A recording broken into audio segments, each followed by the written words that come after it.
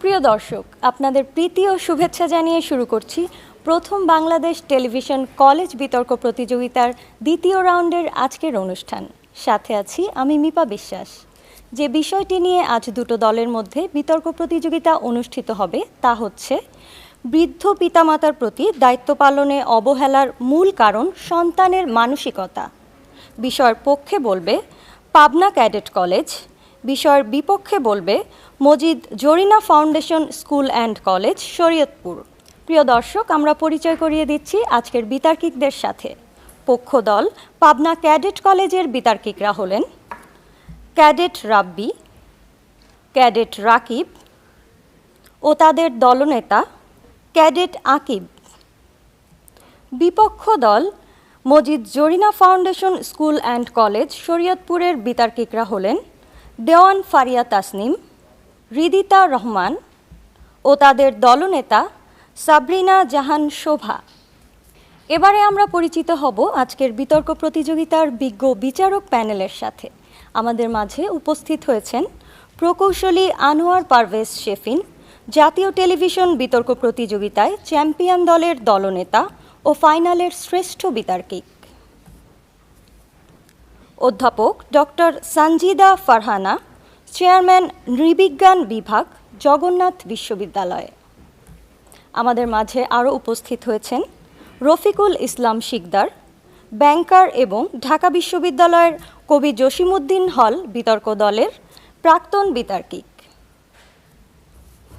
সম্মানিত বিচারকবৃন্দ, যে সকল বিষয়ের উপর বিতার্কিকদের নম্বর প্রদান করবেন তা হল উপস্থাপনা 5, ভাষার ব্যবহার ও উচ্চারণ 5, তথ্য ও তথ্য পরিবেশনা 10, যুক্তির প্রয়োগ ও খণ্ডন 5।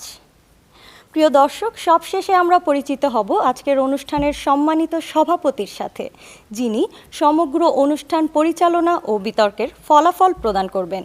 আমাদের মাঝে সভাপতি হিসেবে উপস্থিত হয়েছেন জনাব সালমা আক্তার, অধ্যাপক সমাজবিজ্ঞান বিভাগ, ঢাকা বিশ্ববিদ্যালয়। এবারে আমি সম্মানিত সভাপতিকে মঞ্চে এসে আসন গ্রহণ করবার জন্য বিনীত অনুরোধ জানাচ্ছি।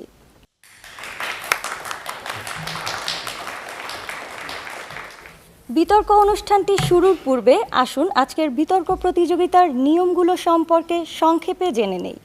প্রত্যেক বক্তা তার বক্তব্য উপস্থাপনের জন্য মোট 5 মিনিট সময় পাবেন। এক্ষেত্রে চতুর্থ মিনিটে সতর্কতা সংকেত এবং পঞ্চম মিনিটে চূড়ান্ত সংকেত দেয়া হবে। এছাড়া প্রত্যেক দল থেকে দলনেতা যুক্তি খণ্ডনের জন্য অতিরিক্ত 2 মিনিট সময় পাবেন। এক্ষেত্রে 1.5 মিনিটে সতর্কতা সংকেত এবং দ্বিতীয় মিনিটে চূড়ান্ত সংকেত দেয়া হবে। এবারে আমি আজকের অনুষ্ঠানের সম্মানিত সভাপতিকে বিনীত অনুরোধ জানাচ্ছি আজকের বিতর্ক অনুষ্ঠানটি শুরু করবার জন্য। সম্মানিত সভাপতি। সকলকে শুভেচ্ছা ও স্বাগত জানিয়ে শুরু করছি আজকের বিতর্ক অনুষ্ঠান। সরাসরি বিতর্কে চলে যাচ্ছি। আহ্বান জানাচ্ছি বিপক্ষ দলের প্রথম বক্তা মজিদ জরিনা ফাউন্ডেশন কলেজ, শরীয়তপুরের দেওয়ান ফারিয়া তাসনিম। আর্তনাদ, চিৎকার, নিঃসঙ্গতা, অসহায়ত্বের প্রতিধ্বনি। উত্তর হতে দক্ষিণ, পূর্ব হতে পশ্চিম, মানুষের হাতে নেই হাত। আমি অবাক যখন চোখে ভাসে বৃদ্ধ পিতামাতার আর্তনাদ। হ্যাঁ মাননীয় সভাপতি, এই বিশ্ব ভূখণ্ডের অনেক বৃদ্ধ পিতামাতাই আজ অসহায়, অবহেলিত এবং নির্যাতিত তাদের নিজ সন্তান দ্বারা। মাননীয় সভাপতি, আজ কেন আমরা শুনতে পাই বৃদ্ধ পিতামাতার আর্তনাদ? আজ কেন আমরা দেখতে পাই তাদের অসহায়ত্ব, অবহেলা এবং নির্যাতনের হৃদয় বিদারক করুণ দৃশ্য? সেই কারণ উদ্ঘাটনের জন্যই আজকে আমাদের বিতর্ক। ধন্যবাদ মাননীয় সভাপতি আমাকে এই মহান মঞ্চে বক্তব্য প্রদানের সুযোগ দেওয়ার জন্য। বিতর্ক চলছে এবং আজকের বিতর্কের বিষয় নির্ধারিত হয়েছে বৃদ্ধ পিতামাতার প্রতি দায়িত্ব পালনে অবহেলার মূল কারণ সন্তানের মানসিকতা। বাস্তবতার প্রেক্ষাপটে আমি এবং আমার দল এই বিষয়টির বিপক্ষে অবস্থান করছি। অর্থাৎ মাননীয় সভাপতি, পক্ষ দল আজকের বিতর্কের মঞ্চে যে প্রস্তাব টেনেছেন সেখানে তারা বৃদ্ধ বয়সী পিতামাতার প্রতি অবহেলার চিত্র তুলে ধরেছেন এবং যার মূল কারণ হিসেবে তারা সামনে এনেছেন সন্তানের মানসিকতাকে। ঠিক এই জায়গাটিতেই আজকে আমাদের বিরোধিতা।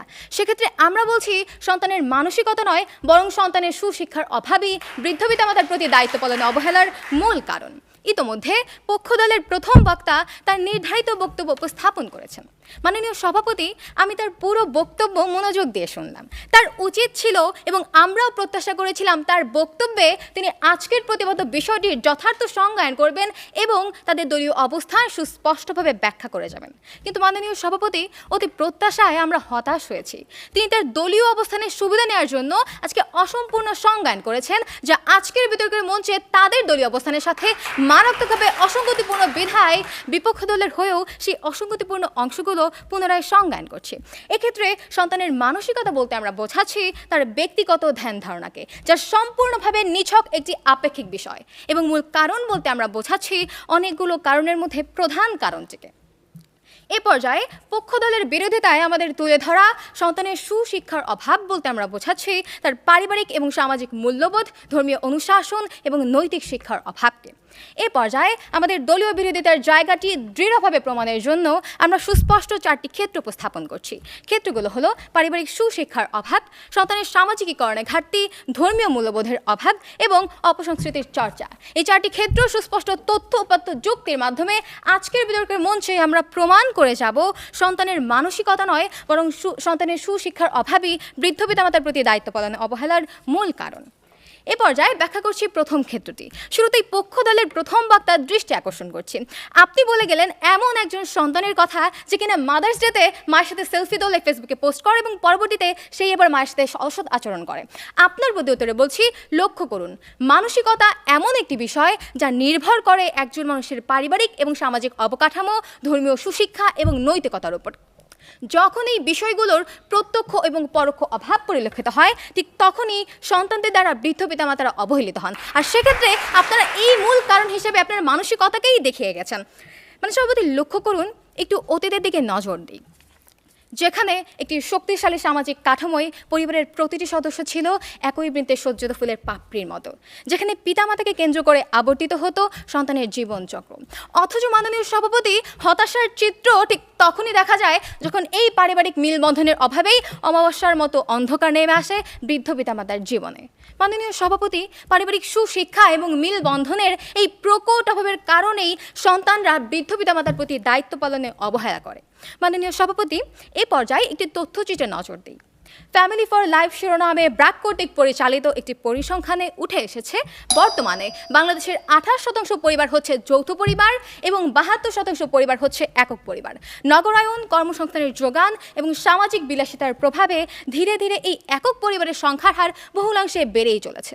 মাননীয় সভাপতি, লক্ষ্য করুন, যখন একজন সন্তান দেখে তার বাড়ির বৃদ্ধ দাদাদেরকে ফেলে রেখে তার বাবা মা নতুন আরেকটি পরিবার গঠন করছে, তখন স্বাভাবিকভাবেই ওই সন্তানও কিন্তু সেই শিক্ষাটাই গ্রহণ করছে এবং পরবর্তীতে সেও পিতামাতার ছত্রছায়া ত্যাগ করে একক পরিবার গঠন করছে। এরপর মাননীয় সভাপতি, ওই সকল একক পরিবারের ক্ষেত্রে আবার 67% পরিবারের বাবা মা উভয় কর্মজীবী, যাদের সন্তানদের 43% বেড়ে উঠছে ডে কেয়ারগুলোতে এবং বাকিদের বেড়ে ওঠা নির্ভর করছে বাড়ির কাজের মেয়েদের ওপর। তথ্যসূত্রে www.bbsm.com।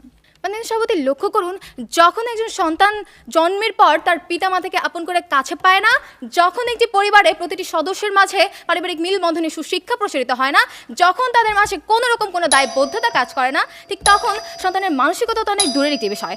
স্বাভাবিকভাবেই পারিবারিক সুশিক্ষার এই সুবিশাল অভাবের কারণেই সন্তানরা বৃদ্ধ পিতামাতার প্রতি দায়িত্ব পালনে অবহেলা করে। সুতরাং মাননীয় সভাপতি, সন্তানের মানসিকতা নয়, বরং সন্তানের সুশিক্ষার অভাবই বৃদ্ধ পিতামাতার প্রতি দায়িত্ব পালনে অবহেলার মূল কারণ। ধন্যবাদ মাননীয় সভাপতি, ধন্যবাদ সবাইকে।